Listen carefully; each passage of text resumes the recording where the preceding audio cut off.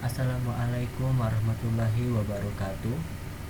Perkenalkan, nama saya Muhammad Faisal Salim. NIM saya 19113283. Saya akan mempresentasikan tugas UTS Sistem Operasi mengenai metode Non-Preemptive Shortest Job First alias SJF.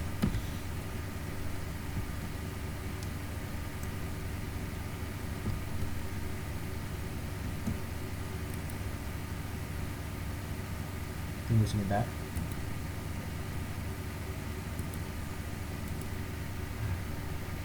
Pengertian Shortest Job First alias SJF adalah salah satu bentuk algoritma penjadwalan yang dipengaruhi oleh waktu tunggu dari sebuah proses. Apabila suatu proses memiliki waktu tunggu yang paling sedikit dalam pemrosesannya, maka proses tersebut yang akan dikerjakan terlebih dahulu. Pada SJF tidak ada penyalaan karena SJF ini bersifat non-preemptive. Pada algoritma ini, setiap proses yang ada di ready QUE akan dieksekusi berdasarkan burst time terkecil.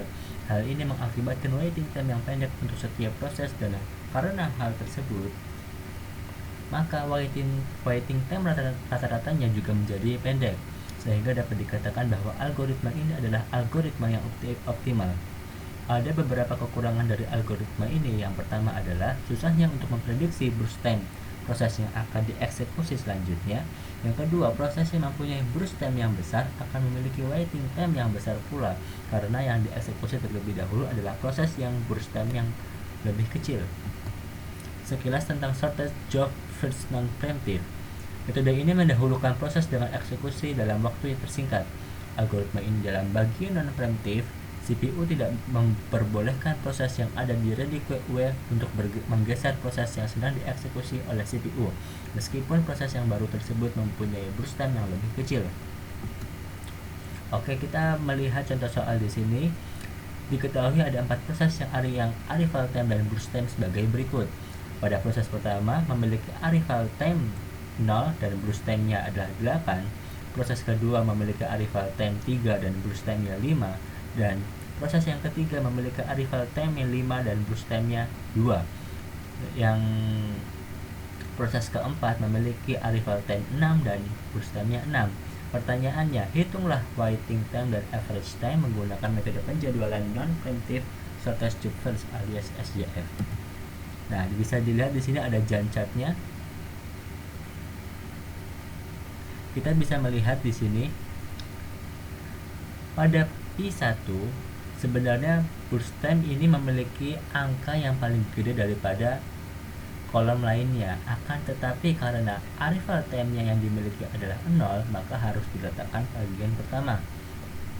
Bisa dilihat di sini adalah 0, maka P1 karena belum terjadi ada proses sama sekali yang masuk, maka P1 harus diletakkan paling awal. Nah, untuk penjelasan selengkapnya bisa dilihat di bawah ini. Walaupun P1 burst time-nya adalah 8, tetapi diproses terlebih dahulu karena P1 datang pada arrival time 0, sedangkan waktu arrival time 0 belum ada proses sama sekali yang masuk. Jadi P1 tidak bisa dibandingkan dengan proses-proses yang lainnya. Oke?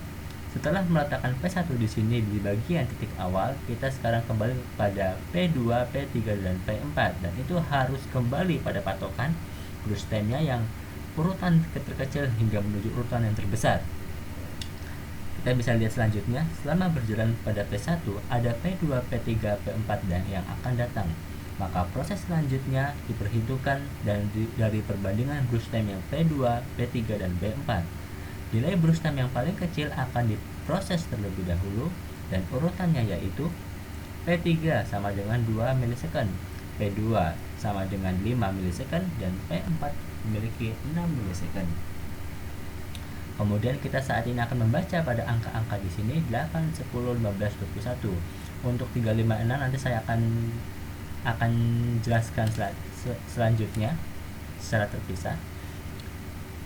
Pada burst time P1 kan memiliki angka 8 milisecond di sini, ya kan? Arrival time dari titik awal, angka burst time dari titik awal 0, dan sekarang berakhir burst time menjadi 8 karena ini P1 terletak pada titik awal, pada kotak awal. Selanjutnya, karena proses yang memiliki burst time yang paling kecil adalah P3, maka 8 ini harus dijumlahkan dengan burst time yang dimiliki oleh P3. Sampai di sini paham? Berarti 8 ditambah 2 sama dengan 10. Oke.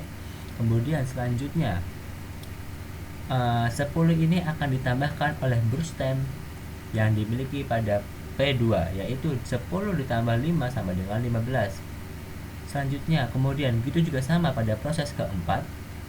15 ini ditambahkan dengan burst time yang dimiliki oleh P4 alias 6, berarti 15 ditambah 6 sama dengan 21. Kemudian saat ini kita akan menjelaskan pada bagian 356 itu apa sih, angka apa sih. Nah, di sini dijelaskan bahwa P2 datang, P3 datang, P4 datang adalah merupakan penjelasan tentang arrival time. Jadi P2 datang pada arrival time pada titik 3 millisecond. Kemudian P3 datang pada titik angka 5, sedangkan P4 datang pada titik angka 6 millisecond. Bisa dicek di sini bahwa P2 datang pada arrival time yang ketiga pada 3 millisecond, P3 datang atau memiliki arrival time yaitu 5, dan P4 memiliki arrival time yaitu 6. Oke. Selanjutnya kita akan pada pertanyaannya yang akan dijawab. Di sini kita akan menjawab tentang waiting time. Pada rumusnya memiliki yaitu waktu mulai dikurangi arrival time. Nah, sekarang kita fokus pada P1. Karena pada P1 di sini adalah belum ada proses sama sekali yang masuk dan arrival yang dimiliki 0, berarti 0 dikurangi 0, nah, hasilnya 0, tidak ada reaksi sama sekali. Berarti hasilnya di sini ya, 0 millisecond. 0 dikurangi 0 adalah millisecond, 0 millisecond. Untuk selanjutnya, karena ini ya setelah P1 adalah P3, maka yang harus dihitung terlebih dahulu adalah P3. Dan bisa dilihat bahwa waktu mulainya atau nilai mulai atau bisa katakan adalah angka awal ada 8.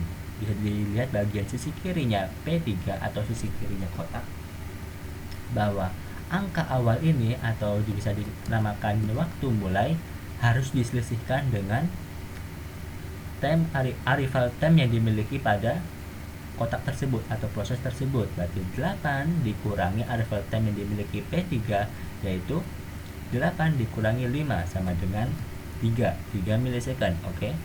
Selanjutnya kita akan menuju P2. Karena P2 memiliki angka awal 10 dan dikurangi arrival time-nya dengan 3, kan P2 datang ini pada titik 3 millisecond, berarti 10 dikurangi 3 sama dengan 7. Oke, bisa dicek kembali, 10 dikurangi 3 sama dengan 7 millisecond. Kemudian selanjutnya lagi P4, angka awal adalah 15. 15 diselisihkan dengan angka angka arrival time yang dimiliki P4 yaitu 6, berarti 15 dikurangi 6 sama dengan 9. Oke, sampai sini paham? Selanjutnya kita menuju average time. Rumusnya average time adalah jumlah waiting time dibagi jumlah proses. Nah, jumlah waiting time di sini sudah diketahui adalah 0 ditambah 7 ditambah 3 ditambah 9. Kemudian jumlah proses yang dimiliki adalah 4 proses. Nah, kemudian 0 tambah 7 tambah 3 tambah 9 dibagi 4 sama dengan 19 dibagi 4. Kemudian sama dengan 4,75 millisecond. Sampai sini paham? Oke, jadi rata-rata waktu yang dibutuhkan pada metode penjadwalan non-preemptive shortest job first alias SJF adalah 4,75 millisecond.